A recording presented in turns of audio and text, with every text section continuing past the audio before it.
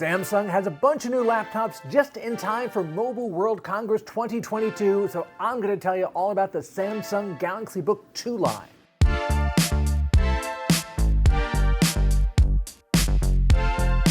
So Samsung calls their phones Galaxy phones, they call the tablets Galaxy tablets, but did you know they also call their laptops Galaxy laptops? We actually just reviewed a Samsung Galaxy Book pretty recently and liked it.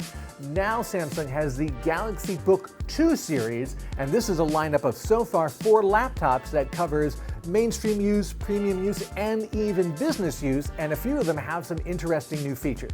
So there's 4 models of the Galaxy Book 2 so far, so follow along with me. This is where it gets a little confusing.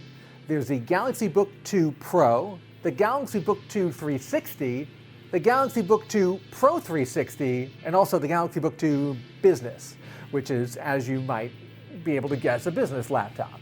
The 2 360 models are your traditional 360 hinge, almost yoga style, fold back, hybrid 2-in-1, whatever you want to call them, laptops, where they look like a regular clamshell laptop, but they've got these hinges that fold back a full 360 degrees, so you can turn them into kind of a big chunky tablet that you hold in your hand. You can set them up in kiosk mode, which is kind of what I like. You can set it up in tabletop mode, which is the other way people sometimes use these 360 hinge laptops. And I like that these work with the Samsung Stylus Pen, very similar to the ones that you get with the tablet and related to the ones that work with the phone, because these are 360 devices with touchscreens, so you can drawing and sketching on them. There's no place to actually slide the pen in on these. You're going to have to store it separately.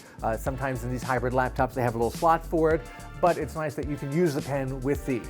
Then there's a Galaxy Book 2 Pro. That's just a regular clamshell version. It does not fold back, and you can tell the difference because the hinge is designed a little bit differently on this one. Also not a touchscreen, doesn't have the pen support, but it's a very nice premium laptop, and all of these have AMOLED displays, and they're full HD displays, so not 4K, not 2560 by 1440, just regular 1920 by 1080, although that's frankly fine for 99.9% of the people out there, and it's usually pretty good for battery life too.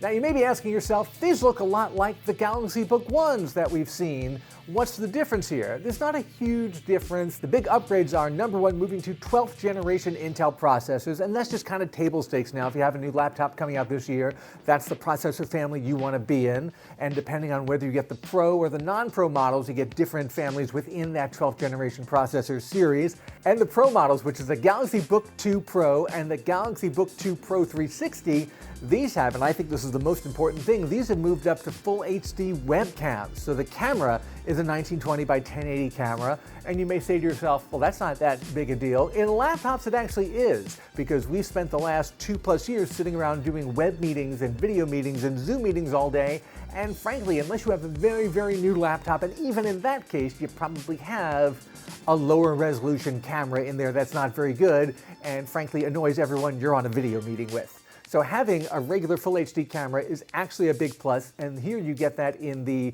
Pro model of the regular and the 360, and also in the business model. The regular non-Pro just has a lower resolution. I think it's a 720 camera, which is kind of what people have been using up until now in a lot of laptops.